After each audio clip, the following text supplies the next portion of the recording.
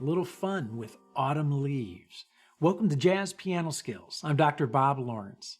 It's time to discover, learn, and play jazz piano. In this week's lesson, you are going to discover two forms of melodic improvisation that you need to master. You're going to learn how to begin developing jazz language for improvisation. And you're going to play 4 cyclical quadruplet patterns from the root, 3rd, 5th, and 7th of the minor sound. As always, I want to stress that regardless of where you are in your jazz journey, a beginner, an intermediate player, or even if you're an experienced professional, you will find this podcast, this lesson, to be beneficial. Also, as with all my Jazz Piano Skills podcasts, there is a supplemental educational guide available that can be easily downloaded from jazzpianoskills.com. The guide musically notates the jazz piano skill being explored in the podcast lesson in all 12 keys. It's a great resource to add to your jazz piano library. I'll provide you with some more information at the end of this podcast. So, sit back, relax, turn on your ears, and get ready to discover, learn, and play Part 1 of Stationary Improvisation. Stationary improvisation. What the heck is that? Right? Stationary improvisation. Listen, we all want to play lines up and down the piano, right? Typically fast scales, fast arpeggios. They're flashy, right? They're impressive. They display dominance. However, they're like the three-point shot in basketball. They're cool, but they're only one of many other necessary parts of the game. And so it is with improvisation. Fast, linear lines are only a part of the melodic improvisational equation. Other parts needing attention that we rarely talk about and that is rarely stressed or focused upon in jazz books. How about rhythm? Repetition. How about this one? Silence. I think you're getting my point. There's more to improvising than playing as fast as you possibly can up and down the piano using scales and arpeggios. So what is stationary improvisation? Well, stationary improvisation, stationary ideas or motifs, I guess an easy way to define it is something that is happening musically, something that is being stated, but the linear movement is limited to a small and very specific geographical region of the piano. A perfect example of this, of stationary improvisation, would be cyclical quadruplets. Whoa, wait a minute. What? Yes, cyclical quadruplets. I just love saying that name or that expression. Makes you sound smart, right? Cyclical quadruplets. So what is a cyclical quadruplet? Well, cyclical, it's an idea that's cyclical in that we end at the very spot where we began, right? We end where we begin. In quadruplet, in that we are going to use only 4 notes. We end where we begin, and we use only 4 notes. Here are a couple more characteristics of the cyclical quadruplet. 2 motions. We're going to use 2 motions with each cyclical quadruplet. Scale motion and arpeggio motion. And we're going to travel one of 2 directions with each of our cyclical quadruplets. We're going to travel either up or we're going to travel down. So, cyclical quadruplets. We end where we begin. We use only 4 notes.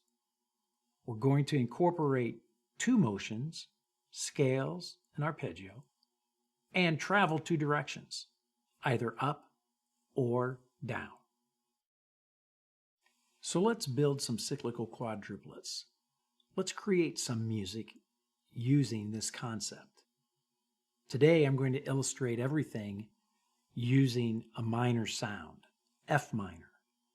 And of course, I just want to stress that everything we do today with F minor and the minor sound can be applied to the major sound, the dominant sound, the half diminished and diminished sound as well. So here we go. Cyclical quadruplet number 1. We're going to start with the note F. We are going to ascend using arpeggio motion to the third, to A flat. And then we're going to come back, or we're going to return to the root using scale motion, playing the note G and F. So we get F, A flat, G, F. Pick up on that, 4 notes. 1, 2, 3, 4. F, A flat, G, F. Cyclical in that we start with F, we end with F, and we use only 4 notes in the process.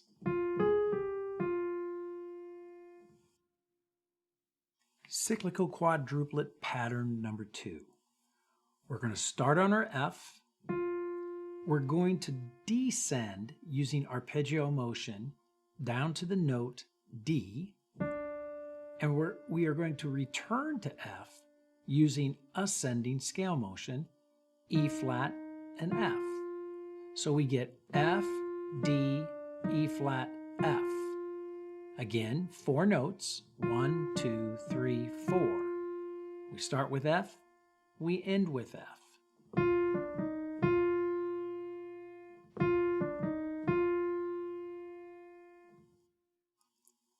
Cyclical quadruplet pattern number 3. We are going to start on F again, our note F, the root. We are going to ascend to the note A flat, to the third, using scale motion. And now we're going to return to F with an arpeggio, just dropping down to F, A flat down to F. So we get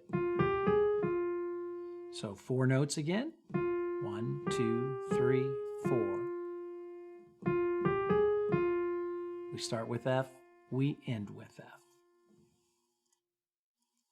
And cyclical quadruplet pattern number 4. Once again, we begin with the root, with the note F. We are going to use scale motion and descend down to the note D. And return to F with arpeggio motion from that D back up to the F. So we get,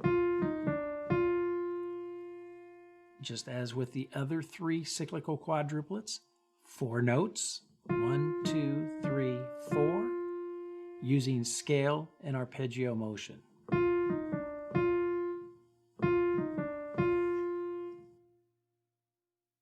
So here are all 4 cyclical quadruplets played back to back. Cyclical quadruplet number 1, cyclical quadruplet number 2, cyclical quadruplet number 3, and cyclical quadruplet number 4.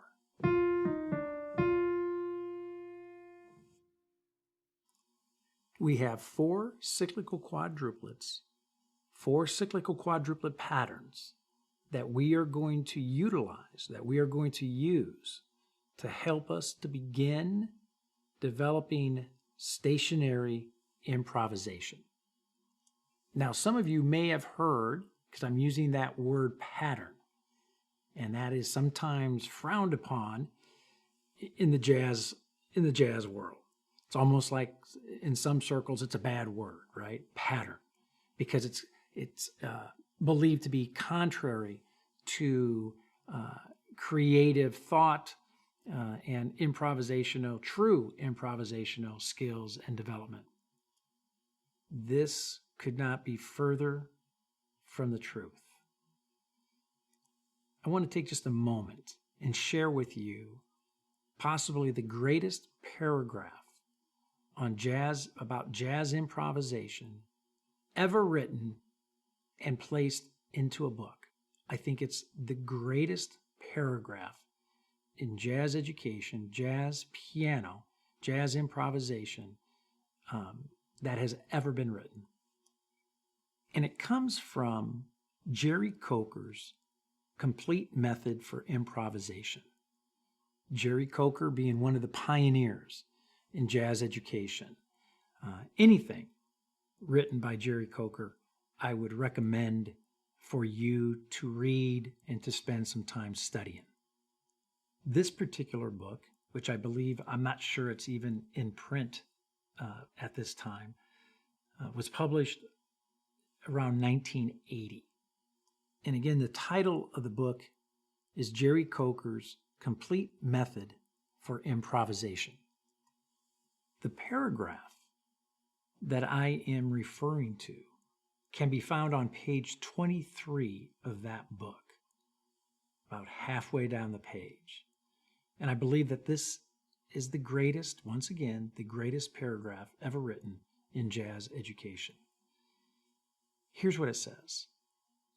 Patterns in themselves are not very creative, though they often serve as springboards for creative melodies.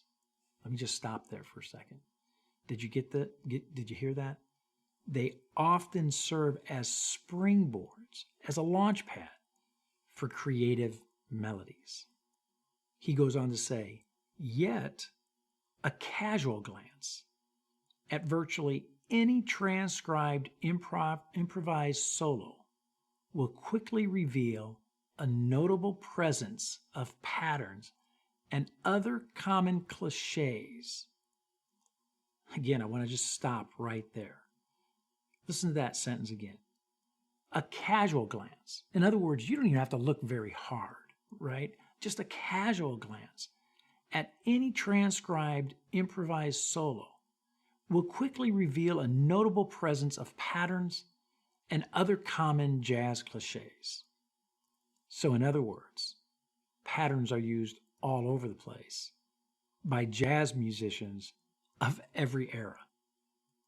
Mr. Coker goes on to say, the patterns were acquired by the improviser in practice, and he italicized the word practice, rather than performance.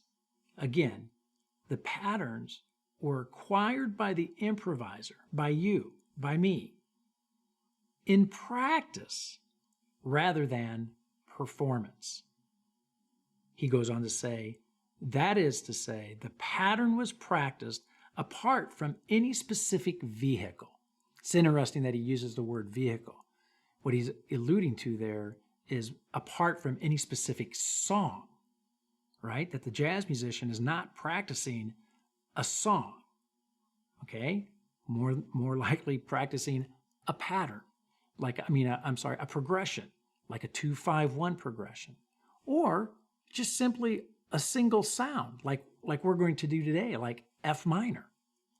So, again, Mr. Coker says the pattern was practiced apart from any specific vehicle, any specific song, in preparation for improvisation. And now listen to this. And repeated a sufficient number of times in practice so that the pattern becomes a habitual oral, memory, and physical experience that carries over into performance naturally and not as contrived practice. So here's what we've learned so far in this paragraph. Number one, patterns serve as springboards for creative melodies. The patterns themselves are not the main idea here. The pattern is a springboard, a launching pad to help us develop, to discover melodic ideas. Number 2, we learn that jazz musicians of every era use patterns, and they are discovered in their transcribed solos. So if decades of great jazz musicians have leaned on and utilized patterns to help them to develop jazz language for improvisation, then I'm going to follow the same suit. I'm going to imitate my heroes. We also learned that patterns are practiced apart from any specific song. Jazz musicians will focus on maybe a progression like a 2-5-1, or zero in on a very specific sound, again, like we're going to do today with F minor. I think another side note that's so important to point out, that Mr. Coker talks about that the patterns are practiced, right? Practiced. Improvisation is practiced. That seems to be a contradictory term or phrase, right? I tell students all the time, if you want to be creative, practice creativity. And that is at the heart of what Mr. Coker's getting at here. We've also learned from this paragraph that the patterns are practiced over and over and over again until they become a habitual oral, memory, and physical experience that carries over to the performance naturally, right? So I think of it as, if you reach out and touch a hot pot, you instinctually release that pot immediately. It's an immediate instinctual reaction to grabbing onto a hot pot with your bare hands. Improvisation patterns have to be practiced in such a way and repeated a sufficient number of times that they become like touching that hot pot. They're just an instinctual physical reaction to the stimuli, whether it's the stimuli being the music that they're hearing, another musician's interaction with them, the mere thought of a sound or a chord, seeing something written in the music triggers this instinctual reaction. Finally, Mr. Coker concludes this paragraph by making a point to say that the content of the improviser's solo, with respect to patterns that surface frequently, changes slowly as the improviser takes up new patterns in practice, the most recently acquired patterns tending to be used more often until still newer patterns replace them. In other words, the soloist's patterns in performance often indicate his most current practice habits. Bottom line, Mr. Coker is saying, be patient. It takes time to develop language. It takes time to utilize these patterns to develop jazz language that you can just readily utilize during your solos. Such a great paragraph. So much to unpack and so much truth buried within that paragraph that I stress that I think that you should maybe do a little Google search out there. I think the book is in PDF format that you can look at online, pull up online, and go to page 23 and let your eyes read through that paragraph several times and think about what he is communicating, what he is stressing to you and me. So today, we are going to use patterns, cyclical quadruplets, right, to serve as springboards for creative melodies. And we're first going to approach this process by simply getting the pattern under our fingers before we try to actually utilize the pattern to create melodic ideas or jazz language. So we have 4 cyclical quadruplet patterns that we are going to use to help us practice creativity. Each pattern we are going to explore, we're going to look at from the root, from the 3rd, from the 5th, and from the 7th of the F minor sound. So for example, cyclical quadruplet pattern 1, which is F to A flat to G back to F, right? That specific pattern, we're going to play off the root of F minor. Then we're going to move it to the third. We're going to move that pattern to the fifth. And then we're going to move that pattern to the seventh. And we're going to do that exact same process for all 4 of the cyclical quadruplets. Now, before I dig in and start modeling and demonstrating how I practice the cyclical quadruplets, I want to just take a moment again to stress how important it is when you're practicing any jazz piano skill that the number one objective of practicing that skill is to make music. In other words, we do not practice cyclical quadruplets, patterns, exercises like they're exercises. We want to be musical.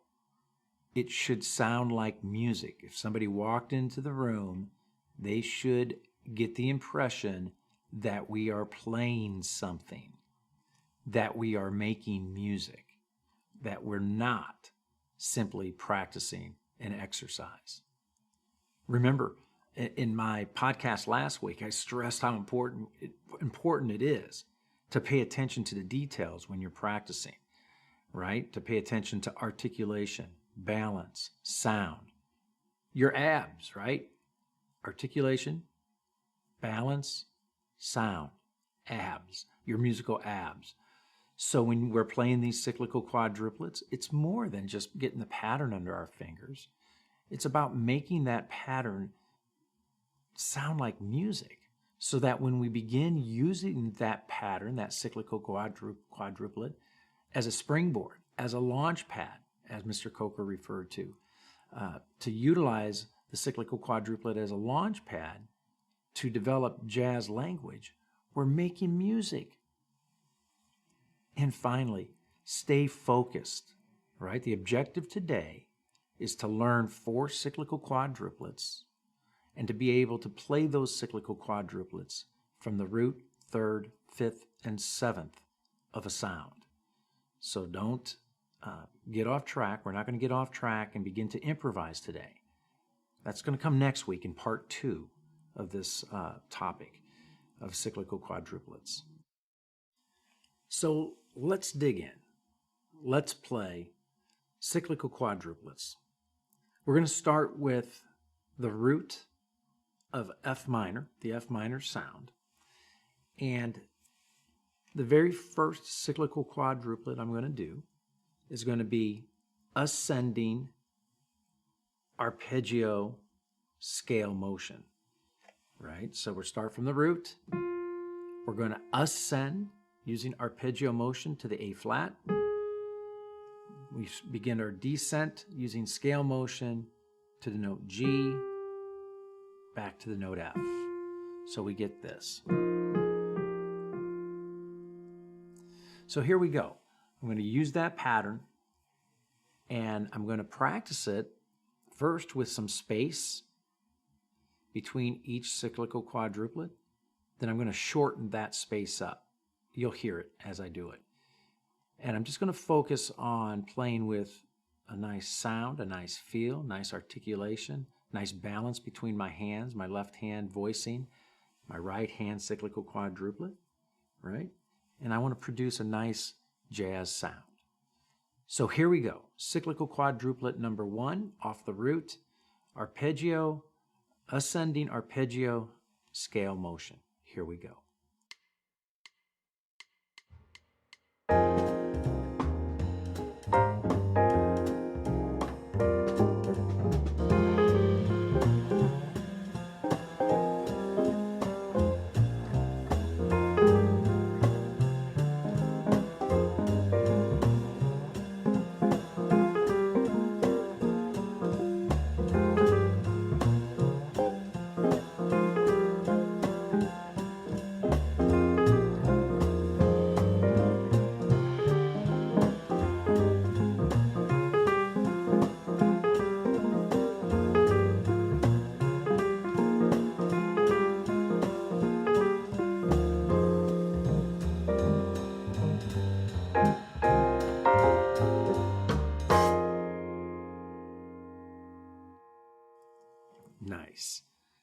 Now I think you get the idea. I'm going to use this exact same format, this exact same process, going to go through the exact same routine for all 4 of our cyclical quadruplets. So here is cyclical quadruplet number 2. Again, we're launching from the root. We're going to descend this time using arpeggio scale motion. So we're going to start on the root, F. We're going to descend down to the note D using arpeggio motion, F down to D.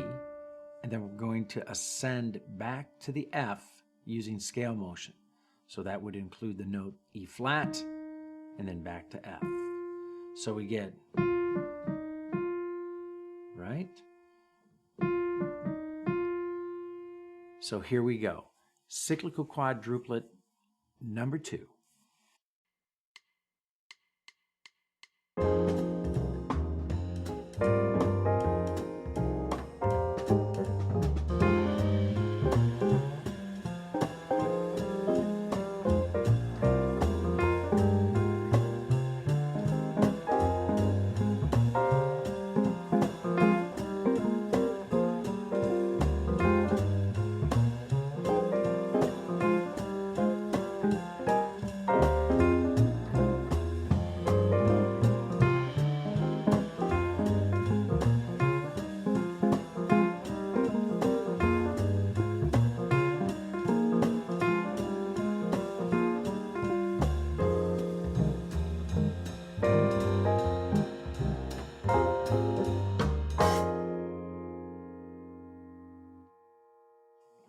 I want to stress real quick that I'm actually playing these at a tempo of 160. They do not need to be played that fast. I'm doing that just for the sake of the podcast and for the sake of time. In fact, I would encourage you to practice these at various tempos, right? Everything from 80 to 100, 120, 140, right? Various tempos.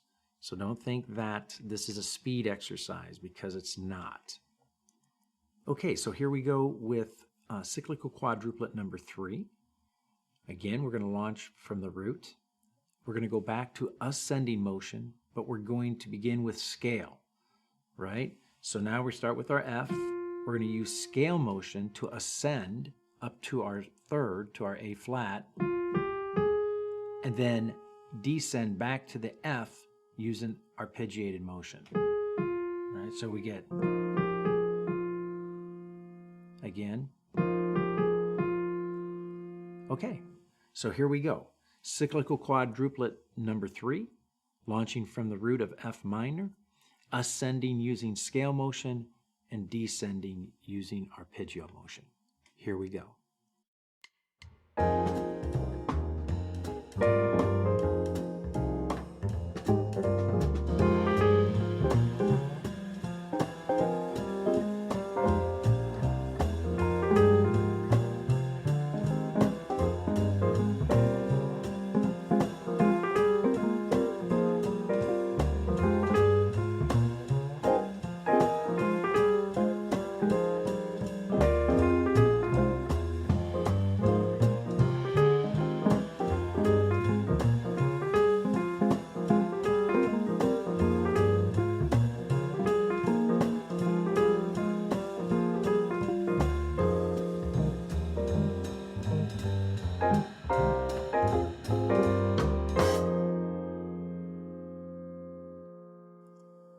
If you notice, again, I'm not doodling. I'm not trying to improvise. That's not our objective today. Our objective today is to play these cyclical quadruplets, get them under our fingers, in our ears, right? To understand them conceptually, mentally, and to actually make them, in and of themselves, sound musical. We'll improvise using these next week. So, okay, number 4, our 4th cyclical quadruplet. We are going to, once again, launch from the root. We're going to start on our F. We're going to descend using scale motion down to the D, down to the 6, and then return to the F using arpeggio motion. So we get scale arpeggio from the root. All right, let's hear what this sounds like.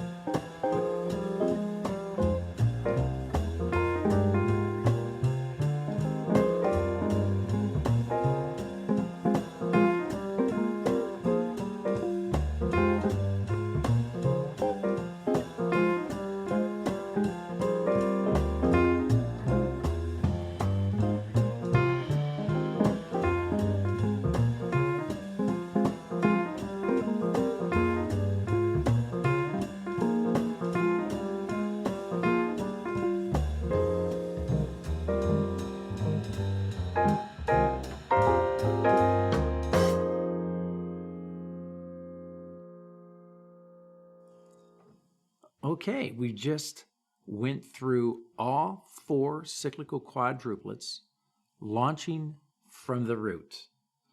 Again, cyclical quadruplet number 1, cyclical quadruplet number 2, cyclical quadruplet number 3, and cyclical quadruplet number 4. Now that you know the cyclical quadruplets, it's time for us to take those exact same 4 patterns, right? And now we're just going to repeat the process, launching from the third. So here we go. Cyclical quadruplet number 1, from the third. Starting on A flat. Now your ears can already hear this, right? Ascending and then descending. Here we go.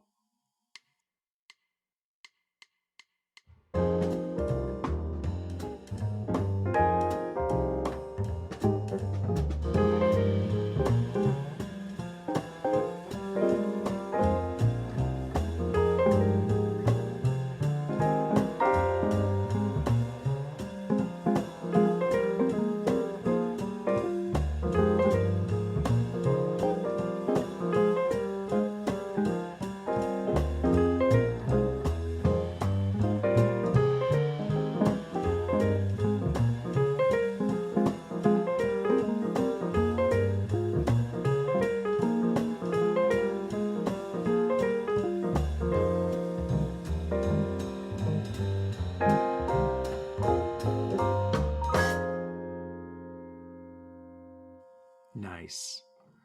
Okay, you know the routine. So now we're going to stay on the third. We're going to descend to the root and ascend back to the third. Beautiful sound. Let's take a listen.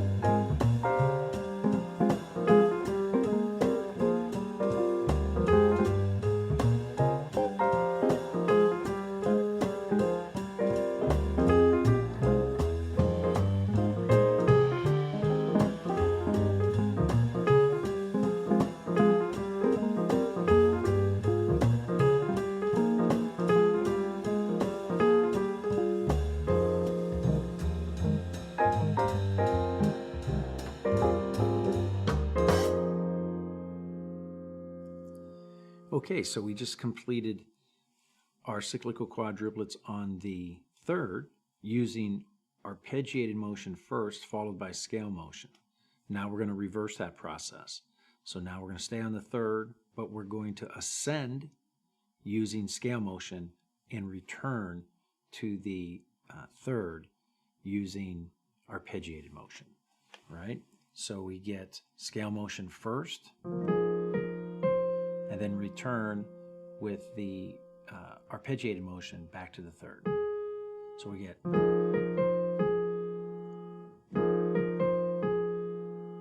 Okay, let's listen to this one.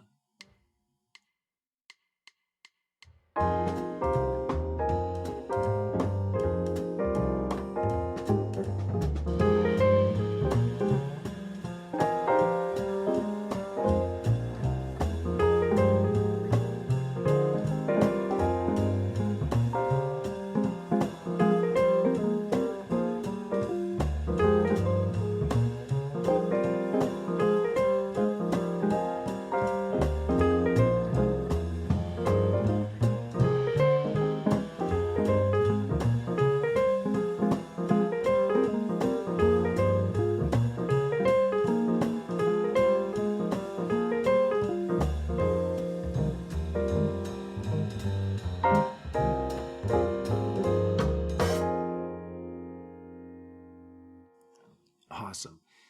So I don't even need to tell you what's next. You already know, right? Staying on the third, we are going to descend using scale motion, return to the third using arpeggiated motion.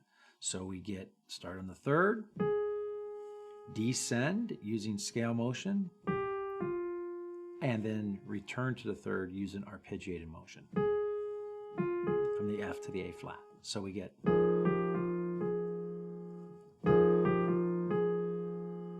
All right, here we go.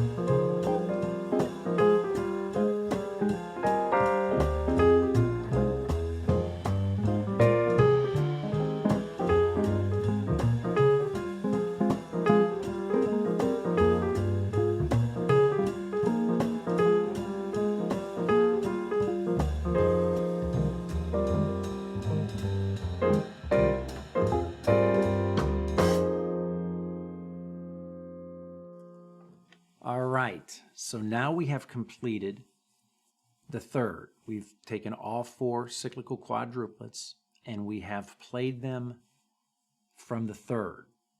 Now we're going to move the same 4 cyclical quadruplets to the fifth. So what I'm going to do, because you now know the process of each of the 4 cyclical quadruplets, I'm going to just play for you one right after the other for the fifth, right? So on the fifth, the very first one you're going to hear is going to be fifth, starting on the fifth, C, ascending. So we get this one, followed by number 2, followed by number 3, and followed by number 4. All right?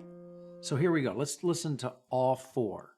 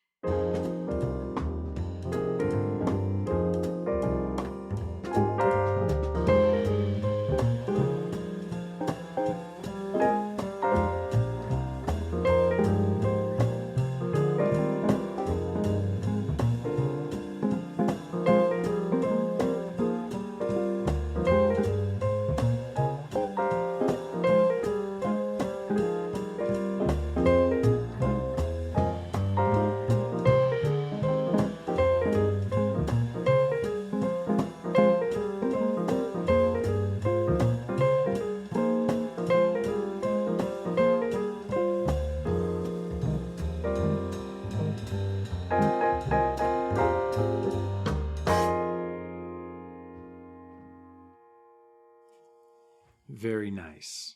It's amazing, right? It's amazing that you take these cyclical quadruplets, the same 4 patterns, but when you move them, you shift them from the root to the 3rd to the 5th. How different they sound, right? Because you're just focusing on a different region within the F minor sound.